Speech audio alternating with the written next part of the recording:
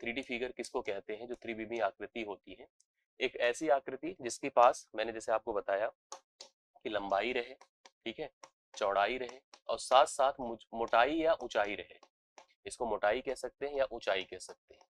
मतलब आप जमीन सतह पर आप लंबाई चौड़ाई पुट कर दीजिए और साथ साथ थोड़ी सी थिकनेस अगर इन्वॉल्व कर दीजिए तो वही आकृति हमारी क्या हो जाती है, 3D आकृति हो जाती है। करेक्ट है। अब यहाँ पर जैसे हम कोई भी 3D आकृति सोचें, एग्जाम्पल में हम आपको जैसे पहले हम इनकी प्लानिंग थोड़ा समझा दें। यह दो प्रकार से हमारे सामने प्रेजेंट होती है। एक तो यह आकृति जो होती है वह सॉलिड प्रेजेंट होती है। सॉलिड मतलब ठोस आकृति प्रेजेंट होती है। ठोस आकृति में आप कुछ भी नाम सोच सकते हैं, जैसे आप ईंट सोच लीजिए, लेदर की बॉल जो क्रिकेट में खेली जाती है उसको सोच लीजिए, कोई एक आयरन रॉड जो सरिया होती है उसको सोच लीजिए। मतलब अलग अलग तरह की अलग अलग स्ट्रक्चर की आकृतियां आप सोच लीजिए, वो सब की सब सॉलिड है। जैसे मैंने आपको वहां पर बता ही दिया, ईंट है, ठीक है, गेंद है, कौन सी, लेदर की गेंद है, लेदर की गेंद है। इस प्रकार से और भी बहुत सारी आकृतियां हो सकती हैं जहां पर पूरी तरह से फिल्ड विथ मटेरियल होता है ऑब्जेक्ट, वह ठोस आकृति होती है। एक होलो होती है, ठीक है, होलो का मतलब खोखला। खोखला जैसे हम जिस कमरे में खड़े हैं यह भी एक त्रिविमीय आकृति ही है। इसके पास भी लंबाई है, चौड़ाई है, साथ साथ ऊंचाई है। तो यहाँ पर त्रिविमीय आकृति है, लेकिन ध्यान दीजिएगा यह खोखला है क्योंकि मैं इसमें खड़ा हूँ, आप इसमें खड़े हो सकते हैं। अगर इसमें हवा है, कैपेसिटी है इसकी अपनी, इसकी एक अलग प्रकार की क्षमता है। या खोखली है, जैसे खोखली पाइप होती है, पाइप से पानी का फ्लो हो सकता है ना। जैसे हम पाइप को सोचे तो पाइप में ड्रेनेज पाइप हो या पानी की सप्लाई की कोई भी पाइप हो, तो आप देखते हैं कि यहाँ से उधर की तरफ हम देख सकते हैं, वह खोखली आकृति होती है। गेंद में सोचे तो कैनवस की गेंद है, जैसे हमने कहा पाइप हो, ठीक है, पाइप है, रूम है, रूम है, रूम है। और इसी प्रकार से जो कैनवस की गेंद है, कैनवास की गेंद है, जो आप टेनिस बॉल कहते हैं जिसको, तो ये सब चीजें जो आकृतियां होती हैं वो क्या होती हैं यहाँ पर हमारे पास, वो आपकी खोखली होती है। हमें किस किस तरह के कैलकुलेशंस करने, हमें दो प्रकार का कैलकुलेशन इसमें मेनली करना है। एक तो सबसे पहली चीज हमें इसका वॉल्यूम कैलकुलेट करना है। क्या, वॉल्यूम। वॉल्यूम को आप समझ ही गए हैं, जिसको आप अंग्रेजी में वॉल्यूम, हिंदी में आयतन कहते हैं। इसी को आप कैपेसिटी कह दीजिए, कैपेसिटी को आप क्षमता कह दीजिए, ठीक है, उसकी टोटल कैपेसिटी कितनी है, कितना मात्रा में उसमें लिक्विड रख सकते हैं, कितनी धातु का उपयोग करके उसको बना सकते हैं। अक्सर हम कंफ्यूज होते हैं आयतन को डिफाइन करने में कि आयतन एक्चुअली है क्या। आप अक्सर मन में आपके कंफ्यूजन आते हैं कि आयतन एक्चुअली क्या है। तो मैं आपको बता दूं, आयतन के लिए अलग अलग फार्मूले पढ़ने की जरूरत नहीं है। कोई भी ऑब्जेक्ट रखिए, कोई भी वस्तु रखिए, जैसे जिस कमरे में आप खड़े हैं तो उस कमरे का पहले बेस सोचो कि बेस क्या है। बेस अगर आप फर्श समझते हैं ना, बेस तो वही है। फर्श को पहले रिकॉग्नाइज करिए कि यह क्या है। यह एक आयत है, यह एक वर्ग है, यह एक त्रिभुज है, यह किस प्रकार का है। स्ट्रक्चर आप सोचे तो आपके मन में खुद ही आ जाएगा। तो हम सबको नजर आता है अक्सर हमारे कमरे आयताकार सतह के होते हैं, आयत की सतह का कॉन्सेप्ट है, ठीक है। हम कभी भी किसी का आयतन कैलकुलेट करें तो हमें दो चीजें ध्यान में रखनी है। एक तो सबसे पहले सतह, सतह सोचो सतह क्या है। अगर मान लो आयत है तो आयत का क्षेत्रफल हम सबको पता होता है, लंबाई गुणे चौड़ाई। अगर वर्ग है तो वर्ग का क्षेत्रफल भुजा का वर्ग पता होता है। अगर कभी कुआं देखा है आपने, कुआं देखा ही होगा, उसकी सतह सोचो तो वह क्या होती है, वृत्ताकार होती है, सर्कुलर शेप में होती है। उसकी सतह सर्कुलर है, सर्कल समझिएगा। कभी कभी त्रिभुजाकार ले लेते हैं प्रिज्म बनाने के लिए, तो त्रिभुजाकार सतह हो सकती है। कुछ भी किसी भी प्रकार की सतह हो, जब सतह हो तो सतह से ही एलाइन आपके पास दीवारें हो। जैसे आप देख रहे हैं कि हमारे पास ये अगर आयताकार सतह है तो उसी से एलाइन एक दीवार, सामने बराबर दीवार, बगल दीवार, बगल दीवार, और जैसी फर्श वैसा ही छत। तो आपको सबसे पहले सतह सोचना है और सतह का क्षेत्रफल सोचना है और उसी में ऊंचाई से गुणा कर देना है, यह बन जाएगा आयतन। और आयतन कभी भी निकलेगा तो यूनिट क्यूब कहलाएगा। क्या होगा, यूनिट क्यूब कहलाएगा। मीटर है तो मीटर क्यूब, सेंटीमीटर है तो सेंटीमीटर क्यूब, मिलीमीटर है तो मिलीमीटर क्यूब, जो है उसी प्रकार का क्यूब कहलाएगा। तो सबसे पहली कैलकुलेशन हमारी यही है कि हम अगर कोई भी 3D आकृति हम देखें तो उसके आयतन की बात करें। तो आयतन में फिर मैं बता दूं, सतह का क्षेत्रफल गुणे ऊंचाई। अब अलग अलग फिगर में अलग अलग तरीके से स्ट्रक्चर बनेगा। जैसे हमने अगर घनाभ बनाया तो घनाभ का जो बेस होता है आयताकार होता है, आयत का क्षेत्रफल लंबाई गुणे चौड़ाई होता है, गुणे ऊंचाई कर दो उसका आयतन हो गया। घन बनाया, घन का बेस वर्गाकार होता है, वर्ग का क्षेत्रफल भुजा का वर्ग गुणे ऊंचाई, मतलब उसकी भुजा ही होती है तो एक क्यूब उसका आयतन हो गया। वृत्त, हम बेलन ले लेते हैं, बेलन का जो सरफेस होता है वृत्त की आकृति का होता है, वृत्त का क्षेत्रफल पाई आर स्क्वायर होता है, उसको ऊंचाई से गुणा कर दो, पाई आर स्क्वायर इंटू एच, उसका आयतन हो गया। आयतन के लिए फार्मूला नहीं सोचना चाहिए, कॉन्सेप्ट सोचना चाहिए। एक तो ये हो गया। दूसरी चीज इसी में जो कैलकुलेशन अगला होता है वो होता है सतह का क्षेत्रफल। क्या होता है, सतह का क्षेत्रफल। अब सतह का क्षेत्रफल मतलब सरफेस एरिया जिसको आप लोग कहते हैं। दरअसल हम सरफेस एरिया को दो प्रकार से डिफाइन करते हैं। एक तो जैसे हम जिस कमरे में खड़े हैं इसी को बेस बना के चलो तो ज्यादा अच्छा रहेगा। इस कमरे को हम दो तरीके से डिवाइड कर देंगे। एक तो सतह बनेगी जिसको आप कहते हैं वक्र पृष्ठ, या हम इसको पार्श्व पृष्ठ कहें, मतलब अलग अलग तरीके से नाम दिया जाता है। ये डिपेंड करता है फिगर कैसा है। जैसे फिगर अगर रेक्टिलिनियर सरफेस का है, जैसे अगर आपकी भुजा लेंथ जो हमारे पास है वह लेंथ में है, मतलब सीधी सरल रेखा का उपयोग करके बनाई गई है, तो रेक्टिलिनियर फिगर है। वही अगर कर्व में है, वृत्ताकार बनाई गई है, तो वक्र पृष्ठ है। एक तो अपने पास जैसे हम उसी को, अगर हम कमरे में खड़े हैं ना, तो हम कमरे में फर्श को और छत को छोड़ देते हैं, तो अपने पास चार दीवारें नजर आती है। एक तो मेरे पीछे दीवार है, एक सामने दीवार है, जैसा जो सरफेस पीछे है सेम सरफेस सामने है। सेम सरफेस मतलब अब एक सरफेस जो बगल में है वही सेम सरफेस बगल में है। तो अक्सर आपसे प्रश्न बनता होगा कि चारों दीवारों का क्षेत्रफल क्या है ना। चारों, वही को पार्श्व पृष्ठ यहाँ कहते हैं। वही अगर कुएं में अगर आप सोचो तो कुएं की जो दीवार होती है, अंदर अंदर सरफेस को सोचो, पेंट कराना है मान लो, तो वही वक्र पृष्ठ कहलाता है। पार्श्व पृष्ठ या वक्र पृष्ठ एक जैसा होता है। जैसे अगर वृत्त में है तो जो परिधि होती है वही बाकी फिगर का परिमाप होता है, सेम यही कॉन्सेप्ट है। अब अगर हम उसी में आधार जोड़ दें, आधार मतलब जैसे हम कमरे में है तो फर्श का क्षेत्रफल और ऊपर छत का क्षेत्रफल जोड़ दे, जो फर्श का है वही सामने छत का है, जोड़ दे तो टोटल सरफेस एरिया अर्थात संपूर्ण पृष्ठ बन जाता है। और जब सरफेस एरिया सतह का क्षेत्रफल अभी हम डिफाइन करेंगे फिगर में, इसके लिए हम फार्मूले में अंत में यूनिट का स्क्वायर लगाते हैं, मात्रक का वर्ग हो जाता है। करेक्ट है। आइए हम लोग थोड़ा सा समझते हैं प्रश्न हमारे पास कैसे आएंगे और कैसे कैसे हमको उनको फेस करना होगा, किस प्रकार की स्थितियां होंगी। जैसे कुछ फिगर आपको मैं नाम दे दूं, जिन फिगर से आपको प्रश्न यहाँ पर 3D फिगर के बनेंगे, दिखेंगे सामने। वो कौन कौन से दिख सकते हैं, आप थोड़ा ध्यान से मेरी बात को सुनिएगा। एक तो आपको सबसे पहले क्यूबाइड दिख सकता है, जिसको आप घनाभ कहेंगे। क्या कहेंगे? घनाभ। ठीक है।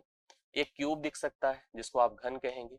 एक ही जैसे होते हैं। अगर मुझसे कोई कहे कि आप सभी घन को घनाभ कह सकते हैं, बिल्कुल कह सकता हूँ, लेकिन मैं सभी घनाभ को घन नहीं कह सकता हूँ। ये बात आती है, दोनों के बीच अपना एक रिलेशन होता है। जैसे आपने अगर आयत और वर्ग पढ़ा है तो हम कह सकते हैं सभी वर्ग भी आयत होते हैं, लेकिन सभी आयत वर्ग नहीं होते हैं। करेक्ट है।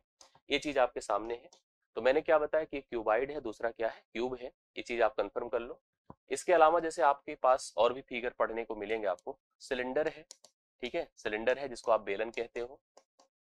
बेलन आपने सुना होगा, बेलन का उपयोग भी करते हैं रोटी बनाने के लिए, सिलेंडर का उपयोग करते हैं चूल्हा, सॉरी जो हमारे पास रसोई में गैस रखा रहता है। हालांकि दोनों वो बेलन नहीं जो यहाँ पढ़ेंगे, ये बेसिकली एक पाइप है। इसके अलावा इसमें हमको कोन पढ़ना होता है जिसे शंकु कहते हैं। इसमें हमें स्फीयर पढ़ना होता है जिसे आप गोला कहते हैं। इसमें हमें प्रिज्म भी पढ़ना होता है, ठीक है, जिसे आप प्रिज्म, बेसिकली प्रिज्म ही कहते हैं। और इसमें एक टॉपिक और होता है पिरामिड। पिरामिड होता है, हम बेसिकली इसको पिरामिड ही कहते हैं। मतलब इतने प्रकार के कुल फिगर हमें पढ़ने हैं। इतने फिगर, 7-8 फिगर टोटल होते हैं। इनसे रिलेटेड प्रश्न आपकी परीक्षा में पूछा जाता है। साउंड कम आ रही है, सच में क्या ऐसी समस्या है साउंड को लेकर के? अगर हमारी टीम सुन रही हो भाई, तो साउंड को लेकर के आप में से बहुत सारे लोग कह रहे हैं कि आप जो है यह आवाज क्लियर नहीं है। अगर सच में ऐसा है तो पहले आवाज को कंफर्म कर लें सब लोग। हाँ, चलिए ध्यान से देखिएगा। आई होप आवाज क्लियर है, इसमें कोई दिक्कत की बात नहीं। अब आप आइए थोड़ा सा इन चीजों को पढ़ते हैं कि कैसे कैसे प्रश्न यहाँ पर बनते हैं, क्या क्या होता है।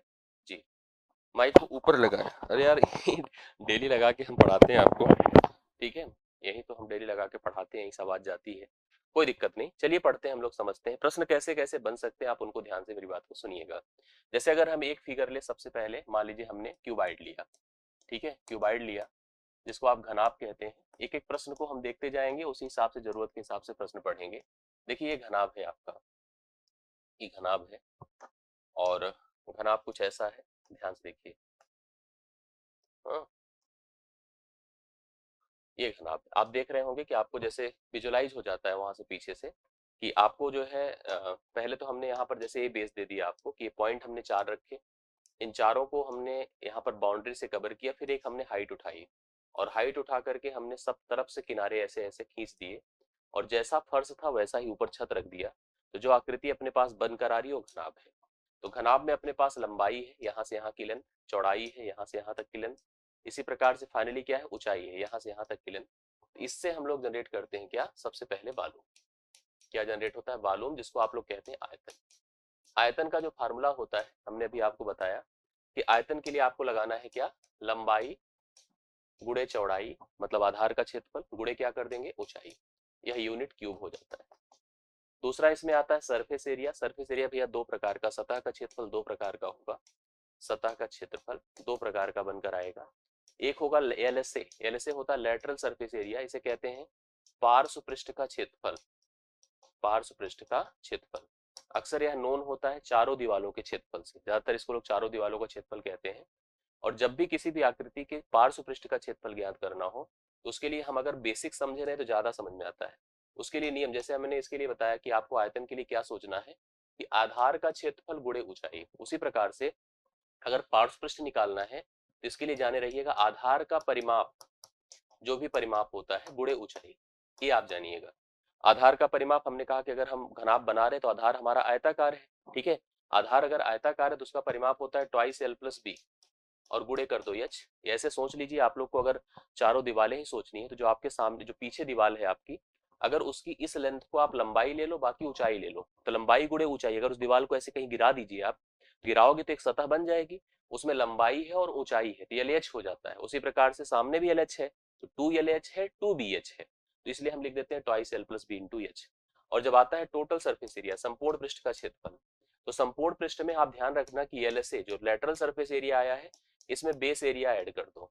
बेस मतलब जो फर्श का एरिया है वही छत का एरिया है, तो कुल मिला के आप फर्श और छत को ऐड कर दें तो ये हो जाता है क्या पता है, यहाँ पर हो जाएगा एलएसए मतलब total surface lateral surface area plus base area. अगर इन दोनों को जोड़ दें तो अभी जैसे मैंने कहा कि आपके पास अगर हम लेटरल की बात करें तो ट्वाइस एलएच है, ट्वाइस बीएच है, और अगर इसको सोचो तो ट्वाइस एलबी है, मतलब एक एलबी नीचे है एक एलबी ऊपर है, तो कुल मिला के इसका सूत्र बनता है twice l b plus B H plus H L unit square, ठीक है। यह यूनिट स्क्वायर होगा, यह भी यूनिट स्क्वायर होगा। एक चीज इसमें और पूछ लिया जाता है बिकड़ की लंबाई, जैसे अगर हमसे कभी पूछ ले कि आप कमरे में सबसे बड़ी रॉड कहाँ रख सकते हैं तो उस कोने से इस कोने तक जो सबसे बड़ी रॉड हो सकती है, तो यहाँ पर बिकड़ की लंबाई का भी सूत्र बन सकता है। बिकड़ की लंबाई, इसके लिए आप लोग यहाँ पर रूल लगा सकते हैं under root L square plus B square plus H square. ये सबसे बड़ी लेंथ होती है उस कमरे में अगर हमें रखना हो तो ये घनाभ के बारे में इतनी जानकारी आपको जानना जरूरी है, ठीक है। खोखले घनाभ को भी लेकर के आकृति जैसे संदूक बन जाए तो उसकी भी सिचुएशन होती है। पहले आप इतना जान लिए तो आप एक चीज और इसी से रिलेटेड जान लीजिए क्यूब के बारे में। क्यूब में सेम वही कॉन्सेप्ट होता है जो भी हम पढ़ के आ रहे हैं, यहाँ पर बस केवल क्या होता है कि सभी भुजाएं सभी विमाएं बराबर होती है। जैसे आपने देखा कि जो लंबाई था वही चौड़ाई है वही ऊंचाई है, ये उस समय यह जो फिगर बनेगा वह आपका घन कहलाएगा, क्यूब कहलाएगा। क्या कहलाएगा? क्यूब। अब आप देखो घन है, यहाँ पर इसको अगर हम लोग सोचे समझे डिफाइन करें तो आप कह सकते हैं यह देखिए ए है, यह भी ए है और यह भी ए है। आप क्या कहेंगे इसके बारे में अगर इस आकृति को देख रहे हैं? इसका जो वॉल्यूम अर्थात आयतन होगा वह होता है भुजा का क्यूब। क्या होता है? भुजा का क्यूब अर्थात ए का क्यूब अगर भुजा है। इसमें सरफेस एरिया भी दो प्रकार से, जैसे वहां पर बना था ऐसे यहाँ पर भी बनेगा। इसमें भी एलएसए अर्थात लेटरल सरफेस एरिया पार्श्व पृष्ठ का क्षेत्रफल या चारों दीवालों का क्षेत्रफल। एक दीवार का, सभी दीवारें यहाँ बराबर ही बराबर होती हैं, एक दीवार का क्षेत्रफल ए वर्ग होगा तो दो दीवार का दो ए वर्ग होगा, चार का करेंगे तो 4A वर्ग होगा। और अगर हम टीएसए पर जाते हैं टोटल सरफेस एरिया तो 6A वर्ग होगा। और यहाँ पर अगर हम विकर्ण की लंबाई पर जाते हैं, विकर्ण की लंबाई पर, तो इसके लिए फार्मूला हो जाता है जैसे ए स्क्वायर ए स्क्वायर ए स्क्वायर 3A स्क्वायर होगा तो आप A√3 लिख सकते हैं। इतने फार्मूले जो जनरल है इसको याद रखिएगा। बाकी अब सीधा सीधा प्रश्नों पर आइएगा और प्रश्न को हम लोग एक एक करके करते हैं। कैसे कैसे प्रश्न बन सकते हैं उसको बहुत ध्यान से देखिएगा। पहला ही प्रश्न देखिए थोड़ा दूसरे स्टैंडर्ड का, दूसरी वर्किंग पर पूछ लिया, हालांकि है घनाभ का ही।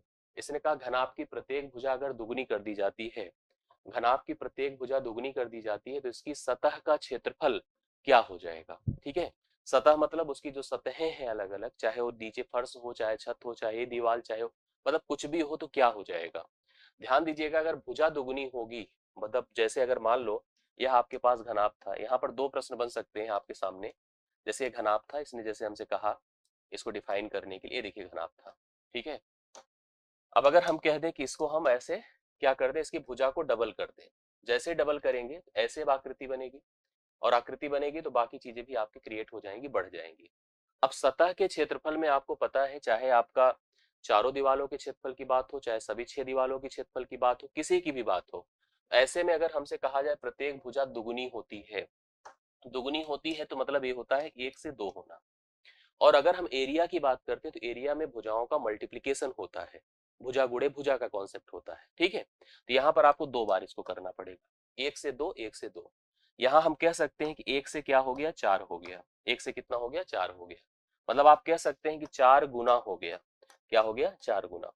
आपसे एक प्रश्न और पूछ सकता है, अगर आपके दिमाग में हो, मैंने शायद समझाया था आप लोगों को, तो आप कमेंट कर सकते हैं।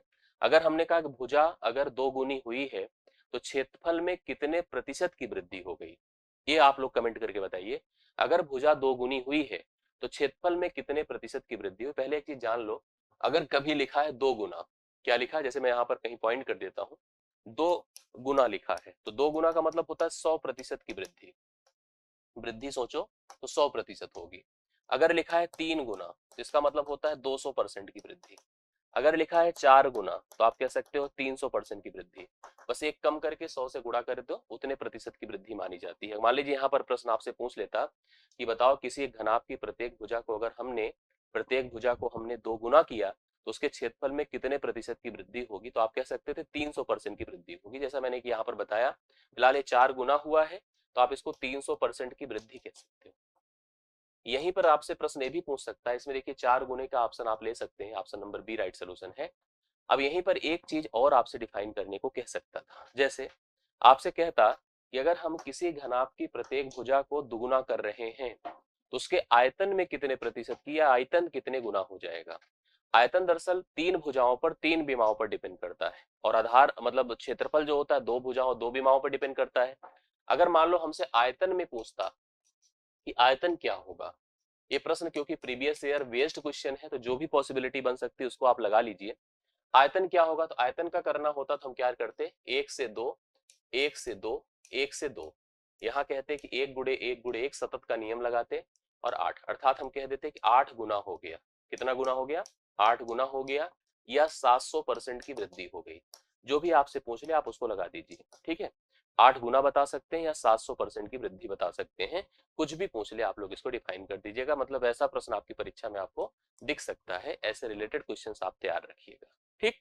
चलिए, जो प्रश्न जिस फिगर को रिलेट करेगा उस फिगर को मैं डिफाइन करते रहूंगा, और उस फिगर से रिलेटेड जो प्रश्न आपकी परीक्षा में बन सकता है वो मैं आपको बताऊंगा।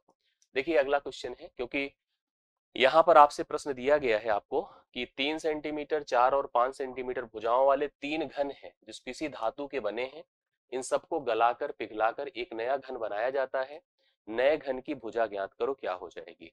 आप सबको ध्यान देना है, मतलब ये बात कि जब भी कभी किसी ठोस आकृति या ठोस ऑब्जेक्ट जो धातु की बनी है, अगर उसको हम पिघलाकर एक नया वस्तु बनाते हैं तो उसमें आयतन में कोई परिवर्तन नहीं होता, आयतन जो पहले था वही अभी भी बना रहता है, इसमें कभी चेंज नहीं आता। जैसे ये प्रश्न है आपके सामने कि हमारे सामने एक छोटा घन था, ठीक है, ऐसे देखिए थोड़ा सा हम लोग इसको क्रिएट कर लेते हैं, समझ में बातें बहुत अच्छे से आती हैं।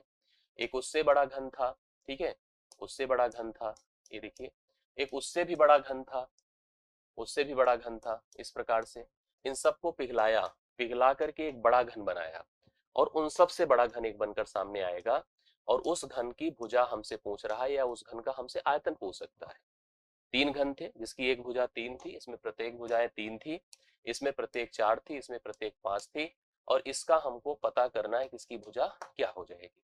तो आपको जैसा मैंने बताया कि अगर हम कभी भी अलग अलग धातुओं को पिघलाकर एक नई धातु बनाते हैं तो उनका आयतन बराबर रहेगा। मतलब मैं लिख सकता हूं B1 plus B2 plus B3 बराबर B, ये इसके आयतन के बराबर होगा।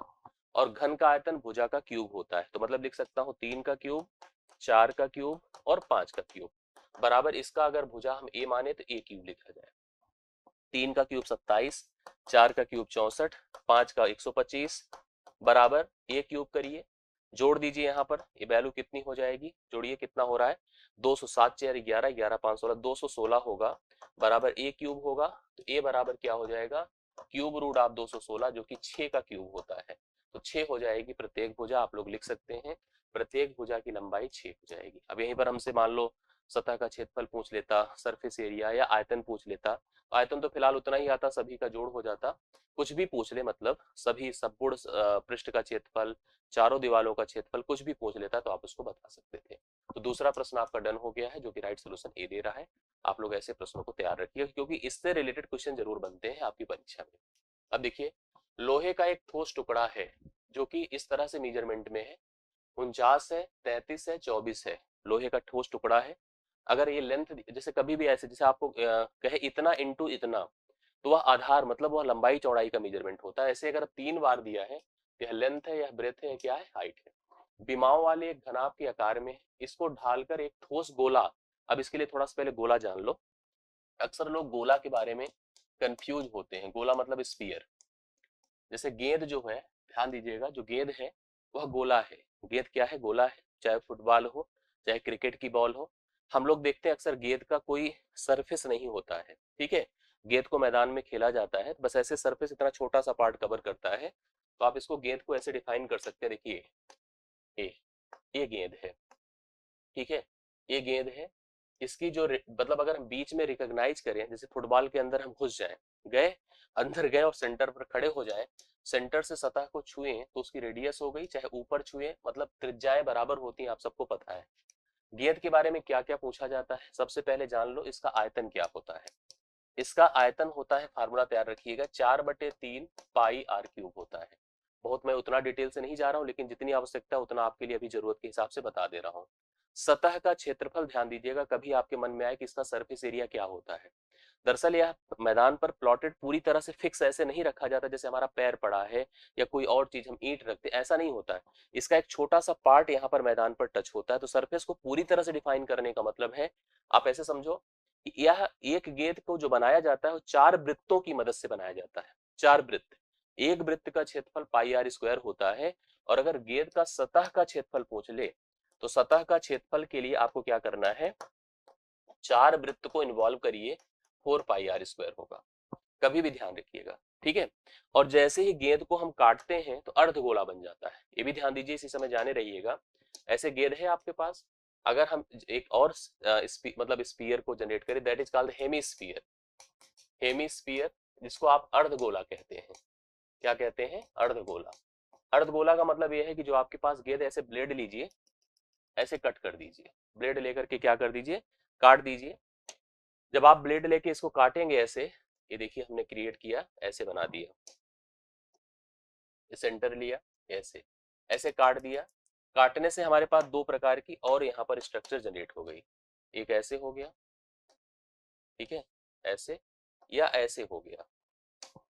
आप दोनों को समझिएगा, कोई ऐसा नहीं कि यहाँ पर, आप कॉन्सेप्ट क्लियर रहना जरूरी है। इसको ऐसे समझिएगा, मतलब जैसे आपने वो देखा होगा, जानवरों को खिलाने के लिए खोखला अगर है तो जानवरों का खिलाने का जो नाद नहीं होता है वो बन जाता है, तबला जैसे होता है, लोग बजाते हैं, आप देखे होंगे, उस टाइप का स्ट्रक्चर जनरेट हो जाता है। इसे अर्धगोला कहते हैं। अर्धगोले की रेडियस है वही चीज जैसे वहां पर बना है। अगर आपसे कोई कहे इसका आयतन क्या होगा, तो भाई आयतन क्या होगा, इसका जो आधा होगा वही आयतन होगा। इसका आधा करेंगे, बटे 2 करेंगे, तो आयतन हो जाएगा 2/3 पाई आर क्यूब, आयतन पूछा जाए तो। लेकिन अगर आपको कह दें, अगर आपसे हम कह दें कि यहाँ पर कि जो है इसको क्या कहते हैं, इसका सरफेस एरिया क्या है, तो आपको जैसे मैंने बताया कि 4 गेंदों की मदद से इसको बनाया गया था, 4 गेंदों की मदद से, ठीक है। अब आपको अगर हम कह दें इसका सरफेस एरिया क्या होगा, तो सरफेस एरिया में सबसे पहले यह बेस लीजिए और ऊपर 2 गेंद लीजिए, तो कुल मिला दीजिए तो कितना हो जाएगा, इसका सरफेस एरिया, सतह का क्षेत्रफल 2 पाई आर स्क्वायर हो जाएगा। सॉरी, 2 पाई और 1 पाई और मिला दीजिए, 3 पाई है, मतलब दो दो सर्कल तो ऊपर ही थे, एक सर्कल और नीचे मिला दीजिए तो कुल मिला के 3 पाई आर स्क्वायर हो जाता है। बहुत सारे लोग कंफ्यूजन में 2 पाई आर स्क्वायर कर देंगे तो गलत हो जाएगा, यहाँ पर हम इसको 3 पाई आर स्क्वायर कह देंगे। अब आइए जो प्रश्न था उसको देखा जाए। प्रश्न ए था, लोहे का एक ठोस टुकड़ा था जिसका जिसका मेजरमेंट, लंबाई चौड़ाई ऊंचाई दिया गया था, और आपसे पूछा गया क्या, यहाँ पर विमाओं को वाले एक घनाभ के आकार में है, इसको ढालकर एक ठोस गोला बनाया जाता है। तो अगर मान लीजिए हमारे पास यह जो मेजरमेंट था, जो हमारे पास घनाभ था, उस घनाभ को ढालकर एक ठोस गोला बनाया गया, तो गोले का जो आयतन होगा वह इस घनाभ के आयतन के बराबर होगा ना। गोले का आयतन जो होगा, गोले की त्रिज्या आपसे पूछ रहा है, तो गोले का आयतन जो होगा वह घनाभ के आयतन के बराबर होगा, मतलब जो इसका आयतन होगा वही इसका आयतन होगा। अब इसका आयतन तो आपको पता है, लंबाई गुणे चौड़ाई गुणे ऊंचाई होता है, और इसका आयतन होता है 4/3 पाई आर क्यूब होता है। करेक्ट है। आइए पुट कर दीजिए वैल्यूज को। यहाँ पर लेंथ कितनी है, 49 है, ब्रेथ कितनी है, 33 है, और हाइट कितनी है, 24 है। लिख दीजिए 4/3 है, पाई आर क्यूब है, पाई की जगह पर आप पुट कर सकते हैं 22/7 है, 22/7 गुणे आर क्यूब कर दीजिए। अब यहाँ से आर का मान आपको निकालना है और वैल्यू डिफाइन करनी है कितनी हो जाएगी। जो जैसे कट सके काट दीजिए, अगर पॉसिबिलिटी कहीं पर नजर आ रही है। 11 तिया 33 होता है, 11 दूना 22 होता है, ठीक है, 4 दूना 8 त्रिक 24 होता है। और यहाँ पर अब ऐसे रहने दीजिए, इस आर क्यूब को आप लिख सकते हैं क्योंकि देखो यहाँ पर 49 है ऑलरेडी, और 3 गुणे 3 भी अभी आया है, और यहाँ से 3 गुणे 7 और भेज दे रहा हूँ, ठीक है, इतना है। और आपको घनमूल निकालने के लिए 3 3 का पेयर सोचना पड़ता है। तो आर क्यूब का मान आपके पास देखो 49 है, 49 को आप लिख सकते हैं क्या, 7 गुणे 7, हाँ हाँ हाँ, 7 गुणे 7, पहले तो आप 49 को ही लिख दीजिए, बाकी देखो क्या लिखा है, 3 गुणे 3 है, गुणे आपका 7 है, और एक 3 और है, 3 बार 3 है ना, 3 बार 3 है, और फिर एक 7 है। तो हम अगर इसका घनमूल निकालेंगे तो एक पेयर 3 का निकल गया और एक पेयर 7 का निकल गया, तो आर बराबर क्या हो जाएगा, आर बराबर इसका क्यूब रूट करने से 21 आ जाएगा, 21 सेंटीमीटर इसकी त्रिज्या कहलाएगी। जो हम गोला बनाएंगे उसकी मदद से वह क्या हो जाएगा बताइए, वह आपका 21 सेंटीमीटर होगा। तीसरा प्रश्न आपका राइट सोल्यूशन बन रहा है। आई होप क्लियर हो गया ना। चलिए, कोई दिक्कत है इसमें? नहीं, मुझे लगता है कि समझ में चीजें आई होंगी। कोई समस्या हो तो बता देंगे। नेक्स्ट क्वेश्चन पर आ जाइए। आगे क्वेश्चन देखिए क्या है। एक शंकु है और गोलार्ध है। गोलार्ध तो हमने डिस्कस किया है, पहले शंकु भी समझ लीजिएगा, कोन जिसको कहते हैं आप लोग, कोन। अच्छा, कोन से पहले आप सिलेंडर जान लीजिए, ठीक है, दोनों चीजें यहीं पे क्लियर हो जाए। एक सबसे पहले सिलेंडर जान लीजिए, जिसको आप बेलन कहते हैं। बेलन मतलब वही कुआं समझिए। अब आप उसको सरिया जैसे ठोस अगर सोच रहे हैं तो सरिया समझिए।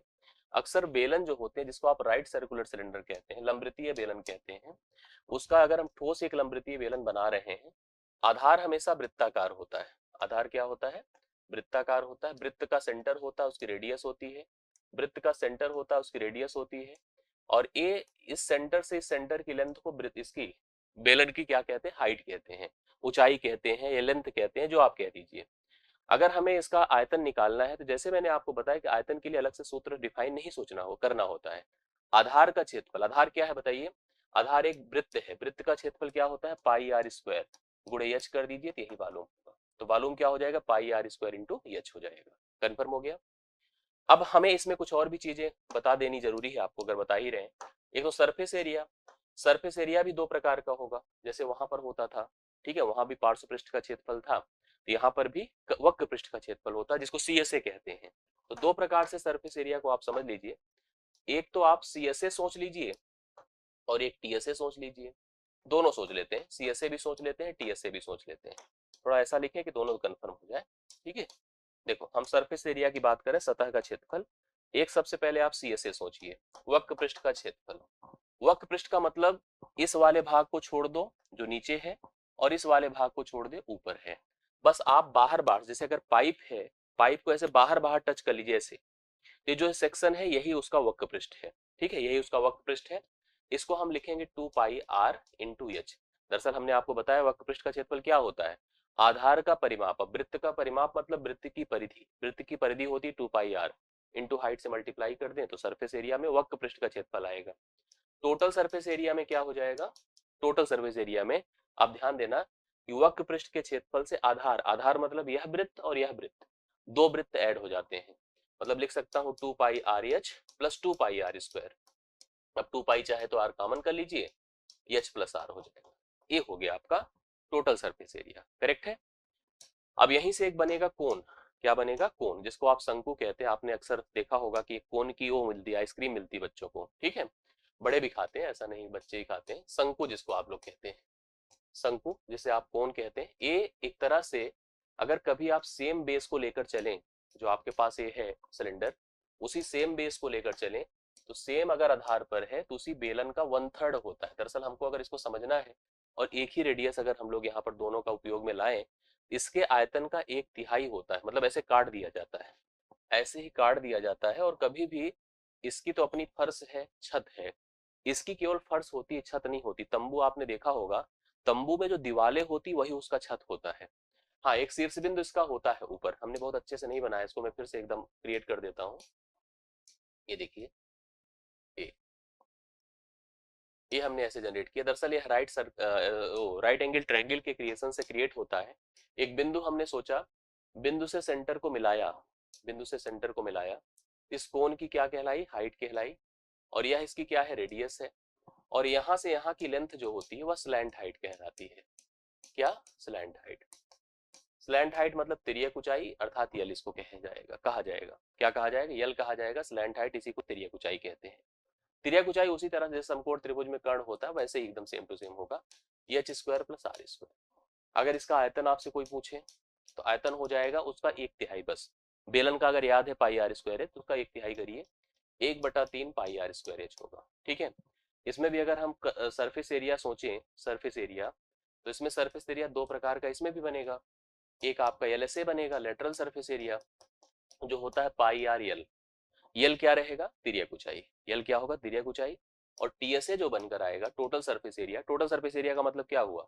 आधार भी जोड़ दो। जैसे हम कभी भी अगर कोई भी ऑब्जेक्ट लें, आधार अगर हम वक्र पृष्ठ में जोड़ दे, वक्र पृष्ठ मतलब आप एकदम समझो, जैसे अगर हम कोई भी ऑब्जेक्ट उठा लें, बॉटल हमने ग्लास लिया, जैसे सपोज करिए, देखिए ग्लास में पानी है, अगर हम केवल इसकी ए जो सरफेस है, इस सरफेस जहां मैंने हाथ को पकड़ रखा है, इस सरफेस को ही इसका वक्र पृष्ठ कहेंगे। इसमें ना ये फर्श इन्वॉल्व है, ना ये छत इन्वॉल्व है। ऐसे ही कभी भी कोई ऑब्जेक्ट हो, जैसे घर के लिए मैंने बताया, रूम के लिए बताया, उसी प्रकार से कॉन्सेप्ट होता है। आप वक्र पृष्ठ में आधार को जोड़ दे, आधार इसके पास एक ही है, एक सर्कल है। एक सर्कल है तो आप इसमें लिख दे सकते हैं pi r l plus pi r square. तो पाई आर अगर कॉमन कर लें तो यल प्लस आर हो जाता है। इस प्रकार से हम टोटल सरफेस एरिया भी कैलकुलेट कर सकते हैं। दोनों फिगर हमने स्पष्ट कर दिया आपको। जरूरत पड़ेगी और भी प्रश्न जब लेंगे तो वहां पर और भी डिटेल से समझाएंगे। अब जैसे क्वेश्चन है, एक शंकु है, शंकु है तो समझ ही रहे, शंकु के बारे में भी पढ़ ही रहा था कि शंकु ये है आपकी, इसकी रेडियस है, इसकी ऊंचाई है। हाँ, और एक गोलार्ध है, गोलार्ध मतलब हेमिस्फीयर, गोलार्ध मतलब अभी पढ़ा हम लोगों ने ना, हेमिस्फीयर। ये देखो ये गोलार्ध है। कह रहा समान आधार और समान आयतन के हैं, मतलब उनकी जो रेडियस है, आधार अगर बराबर है तो रेडियस सेम होगा, और आयतन भी कह रहा सेम है। इसका b1 इसके b2 के बराबर है। जो यहाँ r है वही यहाँ भी r होगा, और इनके पास जो r है वही h भी होता है, जो r भी है वही h भी होता है। जब इसने हमसे एक बात कह दिया, ध्यान से मेरी बात को समझिएगा, इसने हमसे क्या बताया कि इसका जो आधार है वो सेम रहेगा, तो जो इसकी यहाँ पर रेडियस होगी वही इसकी हाइट भी होती है, इसमें कोई दिक्कत की बात तो है नहीं। इसने हमसे पूछा कि उनकी ऊंचाइयों में अनुपात। दरअसल इसकी ऊंचाई का अनुपात मतलब इसकी त्रिज्या और हाइट का अनुपात। आप ऐसे समझो, हमको सब चीजें कन्फर्म दिख रही हैं, हमें कह रहा है, हमसे कहा जा रहा है कि उस शंकु और इस गोलार्ध की त्रिज्या और ऊंचाइयों का अनुपात बताना है, क्योंकि आयतन बराबर है। 1/3 पाई आर स्क्वायर इंटू एच बराबर 4/3, सॉरी 2/3 हो जाएगा ना, क्योंकि गोलार्ध है। 2/3 पाई आर क्यूब, पाई क्या कर दो, आर स्क्वायर इंटू आर कर दो। ठीक है, यही तो बोला है ना। उसके कह रहा है उनकी ऊंचाई, उसकी इसकी ऊंचाई इसकी त्रिज्या ही होगी, इसकी ऊंचाई इसकी त्रिज्या ही होगी, और इसकी ऊंचाई तो अपनी ऊंचाई है भाई, इसमें कोई ऐसी बात तो है नहीं। ठीक है, अब आप चेक करो, सबसे पहला काम आर स्क्वायर को आर स्क्वायर से खत्म कर दो, 3 को 3 से खत्म कर दो, पाई को पाई से खत्म कर दो, ऐसी कोई बात तो बची नहीं है अब अपने पास। यहाँ पर अपने पास यहाँ एच है, एक शंकु है ना, सबसे पहला फिगर कौन है, शंकु है, और उसकी ऊंचाई आर है, बराबर यहाँ क्या बचा 2/1, अर्थात 2:1 होगा। 2:1 ऑप्शन नंबर जो सी बता रहे हैं एकदम परफेक्ट है, 2:1 इज द राइट आंसर, बिल्कुल सही बात है। साक्षी विश्वकर्मा, बिल्कुल जो जो हमें 2:1 बताए एकदम परफेक्ट बताए हैं, करेक्ट आंसर है 2:1। इसके लिए राइट सोल्यूशन है, आप सभी लोग उतार सकते हैं, सी ऑप्शन देख लीजिएगा, करेक्ट सोल्यूशन है। यस, आई बात है समझ में। किसी को समस्या हो तो कंफर्म कर देंगे, आई होप आप सबको क्लियर होगा। और ऐसे प्रश्न पूछ लिए जाते हैं तो कंफ्यूजन नहीं रहेगा अगर एक बार आप सीरियसली इन चीजों को समझ ले, पढ़ ले और कर पाए। अब देखिए, एक बेलन की त्रिज्या और ऊंचाई का जो रेशियो है दिया है, रेडियस एंड हाइट की जो रेशियो है वो 4:7 है, और कह रहा है इसका आयतन हमको दे रखा है 2816 सेंटीमीटर क्यूब। इसकी त्रिज्या ज्ञात करो, आसान सा क्वेश्चन है और इजीली आप लोग बता सकते हैं, कोशिश कर लो सब लोग। बेलन की त्रिज्या और ऊंचाई का अनुपात दिया है, आपको पता है मालूम होता है पाई आर स्क्वायर एच, अभी अभी पढ़ा था हम लोगों ने बेलन का। तो मालूम की जगह लिख दो 2816 इक्वल टू पाई मतलब 22/7 गुणे आर स्क्वायर। अब यहाँ ध्यान दीजिएगा, आर का मान जब भी कभी ऐसा दिया रहे तो आप डायरेक्ट मत कंपेयर करिए कि इसको 4x मान लीजिए, इसको 7x मान लीजिए। तो लिख दीजिए, हम लोग यहाँ पर लिख सकते हैं 4x का होल वर्ग इंटू ऊंचाई, ऊंचाई मतलब कितना 7x। यही अब आपको यहाँ से x का मान निकाल करके 4 से मल्टीप्लाई कर देना है। जो कर सकते हैं प्लीज कोशिश भी कर ले तो बड़ा अच्छा ही रहे, कोई ऐसी बात तो है नहीं। 6 से 14, 14 ठीक है, 11 से कट रहा है, 11 दूना 22, 11 दूना 22, 6 1 11 5 55, 55 और कितना हो जाएगा 6 ना, 55 6, एक सेकंड, 11 दूना 22, 6 1 हो गया, 11 दूना 55 हो गया, 55 11 छक्के 66, ये भी सही हो गया। चलिए फिर आगे देख लेते हैं हम लोग और भी जो पॉसिबिलिटी बन सकती है। जैसे यहाँ पर आप देख रहे हैं कि यहाँ पर एक चीज आपको पता है कि 16x² होगा, गुणे 7x है, और यहाँ पर कितना है 2/7 है, चाहे तो 7 को 7 से अभी खत्म कर दो, 16 से इसको डिवाइड कर दिए, 16 16 में होता है, 2 से और डिवाइड कर दीजिए तो 8 हो जाएगा। मतलब यह x³ बराबर 8 है, क्योंकि x² x है, x बराबर आपका 8 का घनमूल 2 होगा। x का मान अगर 2 आ गया तो आपको क्या निकालना था, आपको रेडियस ज्ञात करनी थी, 4 गुणे 2 कर दीजिए, 4 दूना 8 हो जाएगा, 8 है राइट सोल्यूशन, सी ऑप्शन। 8 जितने लोगों ने बताया एकदम परफेक्ट है, ठीक है, 8 करेक्ट आंसर है। तो पांचवा प्रश्न ऐसे ध्यान से देख लीजिएगा, कुछ खास नहीं, पैटर्न क्लियर हो, फार्मूला क्लियर हो, आप प्रश्न आराम से कर सकते हैं, एग्जाम में ऐसी कोई दिक्कत कभी आपको नहीं आएगी। नेक्स्ट क्वेश्चन देखिए, ऐसे ही आराम से पढ़ते जाइएगा, हर प्रकार के प्रश्न आप कवर कर लीजिए, जो भी समस्या रहेगी हम लोग फिर से डिस्कस कर लेंगे, कहीं से कोई कंफ्यूजन आएगी, डाउट आएगी, उसको दूर कर लेंगे। पीवाईक्यू बेस ही पढ़िए, प्रीवियस ईयर को ही पैटर्न मानकर करिए और सब तैयार हो जाएगा, कोई टॉपिक बचेगा नहीं। एक ठोस तांबे के गोले का व्यास, तांबे के गोले का व्यास ना, गोला ऐसे ही होता है, व्यास मतलब डबल ऑफ रेडियस, त्रिज्या का दूना, व्यास कितना दिया है, व्यास मतलब डायमीटर जो कि 6 दिया है, अगर आप रेडियस सोचोगे तो रेडियस कितना हो जाएगा, अगर व्यास 6 है तो इसका, तो यहाँ से रेडियस इसकी कितनी होगी 3, आधा हो जाता है ना, ये देखो यहाँ से यहाँ तक की 3 ही लेंथ होगी, समझते जाइएगा कॉन्सेप्ट को, 3 हो गया। उसे कूट कूट कर कूट कर ले, पिघला ले, कुछ भी कर ले, कूट कूट कर एक तार, तार हमेशा ध्यान दीजिएगा, तार हमेशा बेलनाकार सरफेस में या स्ट्रक्चर में होता है, ये है तार, यही है तार, इसी तरह से तार बनेगा। मैं थोड़ा ऐसे बना दूं कि मैं खुद वैल्यू फिल कर लूं, इतना पतला नहीं बना सकते हम लोग, वैसे बनेगा तो पतला ही, लेकिन हम थोड़ा ऐसा बना दे कि हम डेटा फिल कर सके, नहीं तो हम यहाँ पर फिगर ही नहीं जनरेट कर पाएंगे। इसी को पीट पीट कर कूट कूट कर पिघला करके तार बना दिया गया है। तार का व्यास भी दिया है, तार का व्यास क्या दिया है ध्यान दीजिएगा, 0.2 सेंटीमीटर। तो तार की जो रेडियस होगी, जैसे डायमीटर आपको 0.2 दिया है, तो रेडियस कितना होगा 0.1 होगा। रेडियस भाई देखो यहाँ लिखना बड़ा टफ है, लेकिन लिख देता हूँ 0.1, करेक्ट है, के रूप में ढाला जाता है। तार की लंबाई मतलब बेलनाकार जो ऑब्जेक्ट है इसकी ऊंचाई ज्ञात करनी है। अब आप में से कोई अगर कर सके तो बता दे प्लीज हमें। ऑप्शंस में अपने पास देखो, यहाँ कन्वर्जन पर भी बहुत ध्यान देने की जरूरत होती है, क्योंकि मैंने आपको बताया अगर कूट कूट कर पिघला कर किसी ऑब्जेक्ट से आप नया बना रहे हैं तो उनके आयतन बराबर होंगे, बराबर होंगे ना। इसका आयतन क्या पढ़ा हमने, 4/3 पाई आर क्यूब, आर मतलब 3 का क्यूब। इसका आयतन हमने क्या पढ़ा, पाई आर स्क्वायर मतलब 0.1 का होल स्क्वायर इंटू एच, और यही एच हमको पता करना है, एच मतलब उस तार की लंबाई, यही पता करना। ऑप्शन मीटर में भी है, सेंटीमीटर में भी है, थोड़ा डिफाइन करेंगे तो सब चीजें तय हो जाएंगी। और सबसे अच्छी बात है कि ये जो डेटा है सेंटीमीटर में है और यह भी सेंटीमीटर, अभी सेंटीमीटर में रहने दो, जरूरत पड़ेगी तो हम काट पीट करके उसको अपने हिसाब से सेट करेंगे। ये देखो ऐसे हो गया, और आपको पता है कि यहाँ पर जैसे देखिए 3 है, 3 क्या करेगा, यहाँ से इसको काट कर 3 का वर्ग बना देगा, मतलब 3 3 9 चौके 36 है, 36 बटे क्या होगा पता है, ये 0.1 का होल स्क्वायर 0.01 हो जाएगा, नीचे जाएगा 0.01 हो गया, यही एच है। लेकिन आपको पता है सेंटीमीटर है, क्या है सेंटीमीटर है, सेंटीमीटर को अगर मुझे किस में कन्वर्ट करना, मीटर में, जैसे अगर आप पहले तो इसको आप समझ लो कि यह सेंटीमीटर में है, और इसको अगर मुझे मीटर, पहले इसको भी समझिए कैसे लिखा है, ये जो 36/0.01 दिया है, अगर आप दशमलव ऐसे हटा दे, 2 जीरो बढ़ा दे, बढ़ा दिया ना, अभी क्या हो गया पता है, ये 3600 सेंटीमीटर है। क्या 3600 सेंटीमीटर अपने ऑप्शन में है, हाँ बिल्कुल है, ये है तो। और उसके बाद देखिए क्या है, ऑप्शन में मीटर भी है, और आपको सबको पता होगा कि 1 मीटर बराबर क्या होता है, 100 सेंटीमीटर होता है। तो सेंटीमीटर को अगर मीटर में लिखना है तो 100 से भाग किया जाता है, तो 3600 को अगर मैं 100 से भाग कर दूं, यही 36 मीटर भी है। तो जो आप 3600 सेंटीमीटर लिखे हैं, आप इसको 36 मीटर भी कह सकते हैं, मतलब ये दोनों सेम ही है, अर्थात यह जो पहला ऑप्शन है और ये जो सी ऑप्शन है, ये दोनों एक ही डेटा है। अगर एक ही डेटा है तो आप इसमें डी ऑप्शन को लेकर चलोगे, उपर्युक्त में से एक से अधिक, अर्थात पहला ऑप्शन और डी ऑप्शन, सी ऑप्शन दोनों इसके लिए करेक्ट आंसर होंगे। तो उपर्युक्त में एक से अधिक अर्थात डी ऑप्शन को प्रेफर करिएगा राइट सोल्यूशन के तौर पे। कैलकुलेशन पर पैनी नजर होनी चाहिए, पकड़ होनी चाहिए, जो कैलकुलेशंस हो, जो पैटर्न्स हो, कॉन्सेप्ट्स हो, उनको खूब ध्यान से देखेंगे तो आपको दिक्कत कभी नहीं आएगी।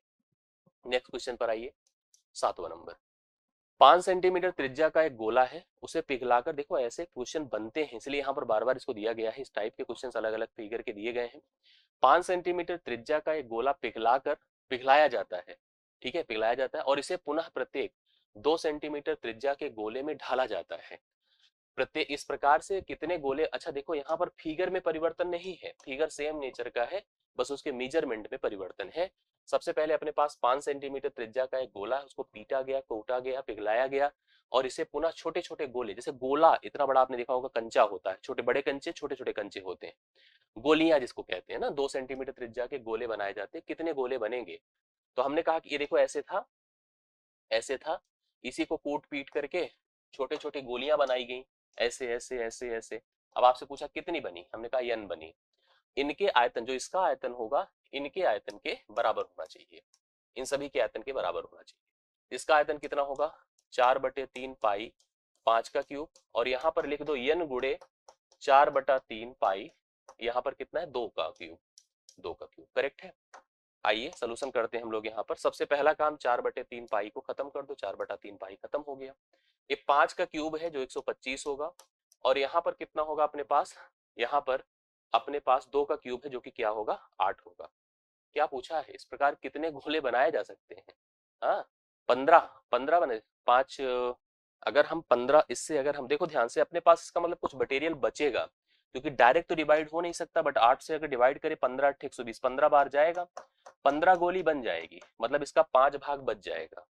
अगर हमसे कोई पूछेगा कितना पदार्थ बच जाएगा, क्योंकि अगर पूरा पदार्थ 125 है तो 125 में 120 तो उपयोग में आ गया, इतने से गोली बन गई, बाकी जो बच, जिस मेजरमेंट को आप सोच रहे थे उसके हिसाब से अभी 5 बच गया है, 5/125 अभी बचेगा, अर्थात अगर हमसे कोई पूछता तो 1/25 भाग अभी बचा हुआ है, ठीक है, इतने का हम बना नहीं पाएंगे, ठीक है, इतने का। हालांकि 15 गोलियां टोटल बन सकती, डायरेक्ट पहाड़ा करके देखिए 15 बार जाएगा, 15 गोली टोटल बन सकती हैं, अभी कुछ भाग बच जाएगा, अर्थात कुल मिला के जैसे अगर पूरे का सोचा गया 125 से हम 120 का उपयोग कर ले रहे हैं, लेकिन 5 का उपयोग नहीं कर पा रहे हैं। अगर हमसे कोई पूछ लेता कि कितना भाग बचा है, कितना भाग बचा है, तो आप कह सकते थे कि यहाँ पर उत्तर में क्या आएगा, यहाँ पर 1/25 भाग। हम गोली तो बना ही सकते हैं ना, ई मत लगाओ, ठीक है, आप लोग यही 15 ही लगाइए, ई मत लगाइए, बना तो सकते हैं, कितनी बन सकती है 15 बनेगी, बचेगा पदार्थ ना, पदार्थ वेस्ट जाएगा और क्या, लेकिन बना तो सकते हैं 15 गोली ना, 15 टोटल बनेगी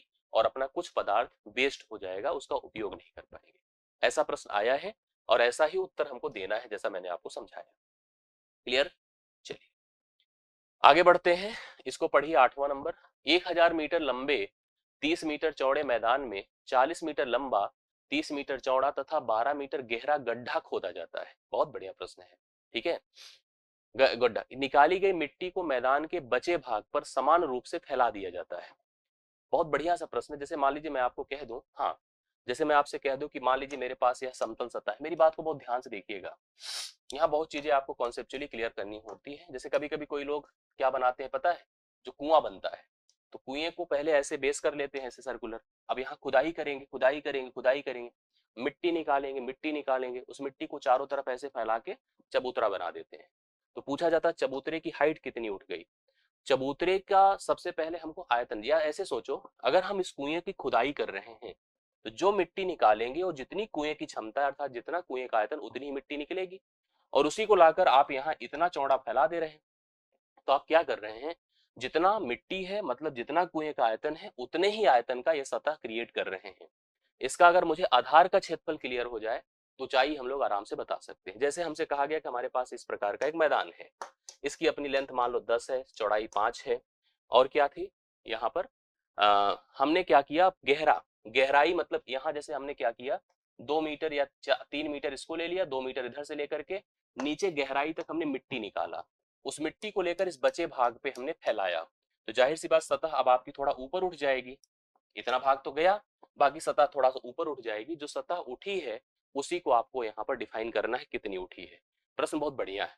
आपके पास देखो ऐसे एक सतह थी, मैं जैसे बता रहा हूँ बहुत ध्यान से देखिएगा, 1000 मीटर लंबा था, 30 मीटर चौड़ा था, और देखो ऐसे था अपने पास 1000 मीटर लंबा था, 30 मीटर चौड़ा था, हमने क्या किया 40 मीटर गहरा, 40 मीटर गहरा, पहले इतना हमारा सतह था, ये सतह आप देख पा रहे हैं, अब इसमें हमने 40 मीटर लंबा, यहां तक आइए 40 मीटर लंबा ये तक, ठीक है, 30 मीटर चौड़ा, यहां तक गए 30 मीटर चौड़ा, और 12 मीटर ऊंचा, 12 मीटर ऊंचा। ये देखो इतना हमने ऐसे गड्ढा खोदा, गड्ढा खोदा और मिट्टी को लाए मिट्टी को लाए इस सतह पर जो बचा था, जिसका आधार अभी कितना बचा हुआ है, आधार अगर हम 100,000 में से हमने कितना निकाल दिया, 1000 में से 40 निकाल दिया तो 960 बचा हुआ है। चौड़ाई आपके पास देखिए उतनी सतह का उपयोग किया गया था, सतह का उपयोग किया गया था भाई यहां तक, तो अपने पास चौड़ाई वही 30 इतने सेक्शन का बचा हुआ है। अब उसी के ऊपर उस मिट्टी को फैलाने से जो क्यूबाइड बनेगा, जो फ्रेम बनेगा, उसका आयतन आपसे पूछा गया है। सबसे पहले जान लीजिएगा जो मिट्टी निकली, जो मिट्टी निकली है उसका आयतन क्या होगा, उसकी मात्रा क्या होगी, उसकी मात्रा होगी 40 गुणे 30 गुणे 12। इतना मिट्टी निकली है, इस मिट्टी को फैलाएंगे इस सतह पर, तो जितना मात्रा मिट्टी की है अर्थात जो आयतन है वह इस आयतन के बराबर होना चाहिए जो बचा सरफेस है। और बचे सरफेस का आधार कितना बचा बताओ, बचे सरफेस का आधार बचा है 900, पूरा 1000 था, 1000 में 40 निकला तो 960 बचा। ऊंचाई चौड़ाई तो वही रहेगी 30 ही रहेगी, क्योंकि इतना सेक्शन तो अभी बचा ही है, चौड़ाई थोड़ी चली जाएगी पूरी पूरी। ऊंचाई हमको नहीं पता है कितनी ऊंचाई अब हो जाएगी, यच कर दो और बराबर इसी आयतन को कर दो, 40 गुणे 30 गुणे 12, 40 गुणे 30 गुणे 12। हल कर डालिए उत्तर आ जाएगा। ठीक है, हल करिए, चलिए कैलकुलेट करते हैं। सबसे पहले देखिए कैसे क्या खत्म होगा, ये 2 शून्य खत्म हो जाएंगे, 2 शून्य खत्म हो गए और उसके बाद यह 3 खत्म हो गया, 12 12 अट्ठे 96 होता है, 12 अट्ठे 96, 4 से डिवाइड कर दो, 4 दूना 8 होता है और 2h बराबर 1 हो गया, h बराबर 1/2, 1/2 मीटर है, 1/2 मीटर है।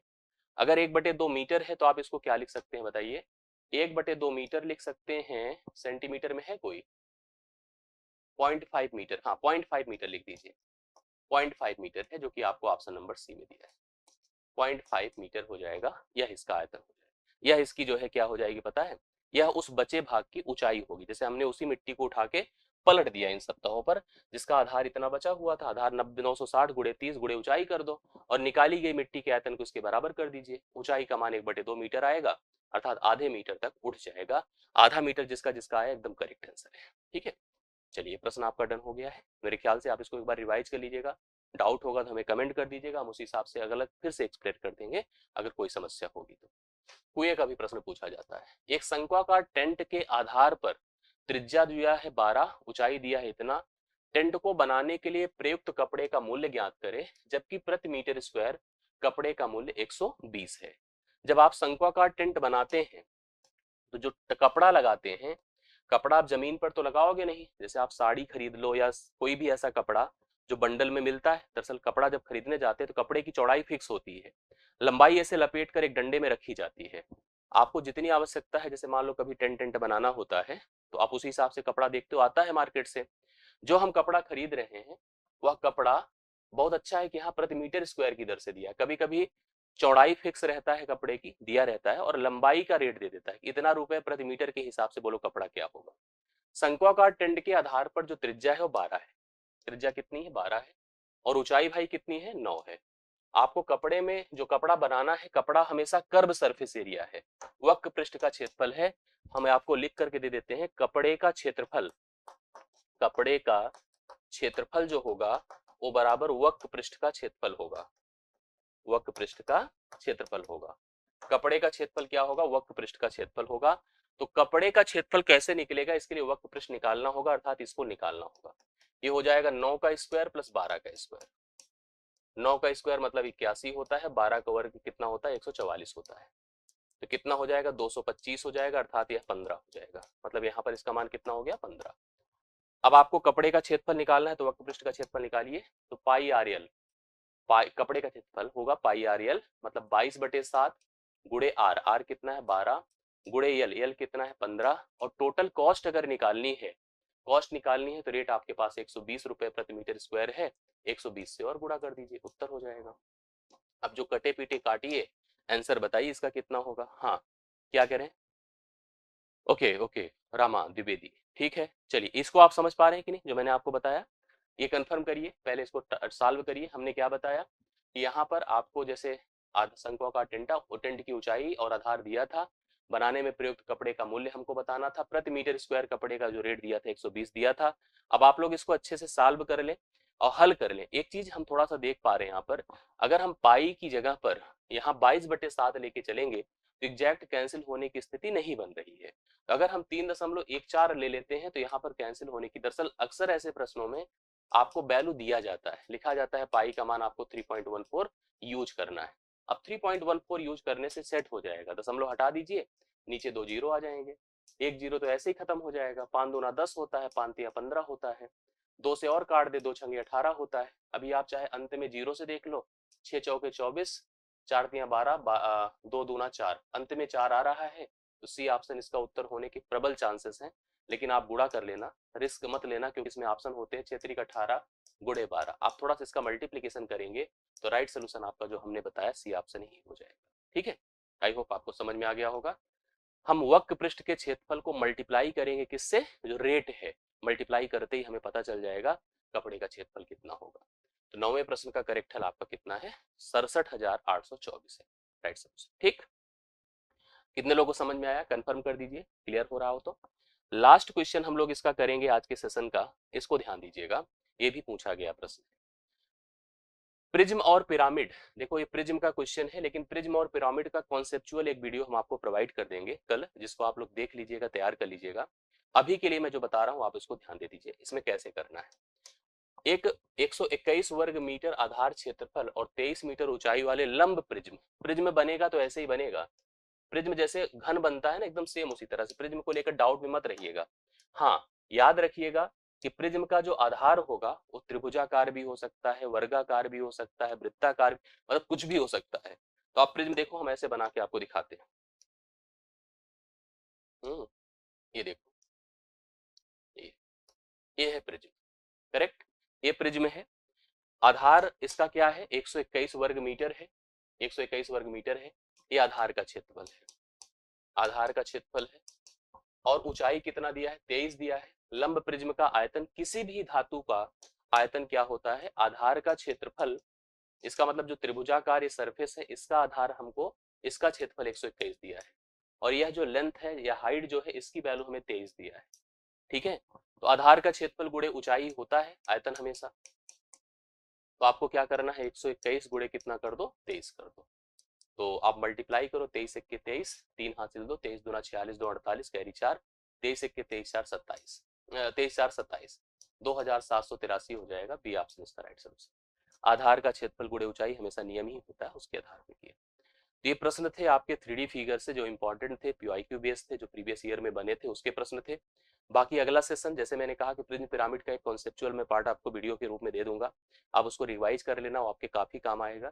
अगले सेशन में कुछ दूसरे टॉपिक को हम लोग उठाएंगे, एक बार करते करते फिर मैराथन कक्षाएं कवर करेंगे, जहां पर प्रीवियस ईयर का भी उपयोग करेंगे, नेक्स्ट पैटर्न का भी उपयोग करेंगे, और ओवरऑल प्रिपरेशन की हम बात करेंगे। आज के लिए मेरी तरफ से इतना ही, मुझे आवाज इजाजत दीजिए, कल फिर मुलाकात होगी। अपने सजेशन फीडबैक जरूर दिया करें, वीडियो अच्छा लगा करे तो लाइक भी किया करें। बाकी मुलाकात अगली क्लास में होगी, और अगली क्लास में हम लोग इसके आगे डिस्कशन करेंगे। थैंक यू सो मच, आज के लिए धन्यवाद सभी।